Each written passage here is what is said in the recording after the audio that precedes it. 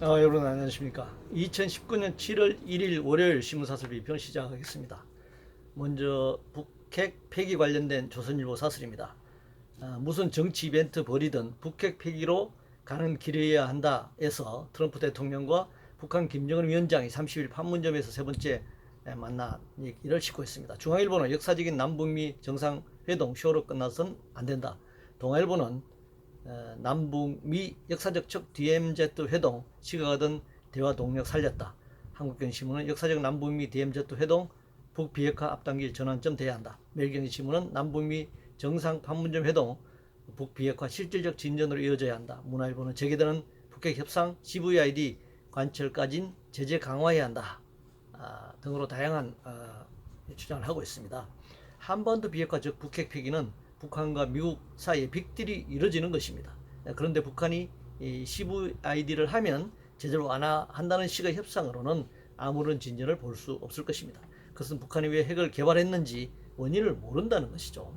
그걸 모르면 협상의 전개 양상을 알 수 없습니다. 그저 막연한 기대만 할 뿐입니다. 실질적 협상 카드 없는 만남은 서로 자국의 국내 정치형 쇼일 뿐이다, 이렇게 생각합니다. 노동시간 관련해서 한국경제신문은 획일적 주 52시간 이 성장률 갈수록 더 떨어뜨릴 것이다 라는 제목의 사설에서 글로벌 투자은행 골드만삭스가 주장한 생산성 저하로 한국의 성장률 감소 폭이 더 커질 것이다, 이걸 싣고 있는데요. 주 52시간을 넘어서는 장시간 노동을 일관해온 한국 경제 성장률이 하락하고 있는 것입니다. 장시간 노동으로는 성장률을 회복할 수 없다라는 지표를 보여주고 있습니다. 물론 한국의 성장률은 수출과 관련이 있는데 중미 무역 전쟁, 전 지구적 경기 후퇴 등 대미 여건의 반영이기도 합니다. 무역 전쟁 관련해서 동아일보는 미중 깨지기 쉬운 휴전, 한국 경제 체질 개선 서둘러야해서 미중의 수출 비중 38.9%, 수출 지역 다변화해야 한다. 매일경제신문은 무역 전쟁 불길 언제든 다시 한국 경제에 덮칠 수 있다. 문화일보는 수출 속락 주범은 메이드 인 코리아의 고비행 구조다, 이런 주장을 하고 있습니다. 수출 주도 경제 성장의 한계가 드러난 것이죠. 수출 다변화도 세계 경제의 호황일 때 통하는 이야기입니다. 고비용 구조로 수출 하락을 설명할 수도 없는 것입니다. 소득 재분배 통한 내수장 활성화가 필요한 시점입니다.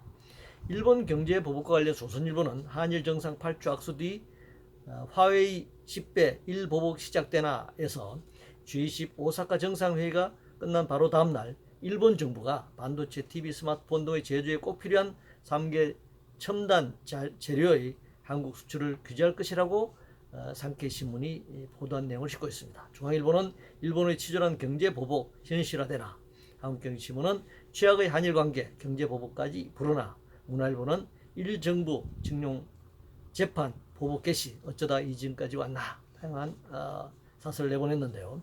치졸한 경제 보복이 아니라 매우 치밀하게 계획된 일본의 경제 보복입니다. 그렇다고 한국 정부가 강제징용 판결을 무시하고 일본에 굴복할 수도 없는 그런 역사적 현실적 관계에 있습니다. 일본의 동북아 정치, 경제, 군사적 입지를 제고시키기 위한 선제 공격이고, 여기에 한국이 방어적으로 대응해야 하는 그런 상황입니다. 총파업 관련해서 조선일보는 조건부 석방 민노총 위원장 몸살이긴커녕 총파업 투쟁을 선언한 데 대한 비판을 하고 있습니다. 민노총 총파업은 위원장 구속 여부와 상관없이 민노총의 요구와 관련하여 계획된 투쟁 일정입니다. 문제는 민노총이 총파업 또한 파업을 하지도 못하면서 총파업을 선언한 것이 비판을 받는 점이라고 할 수 있습니다. 이상으로 2019년 7월 1일 월요일 신문사설 비평을 마치겠습니다.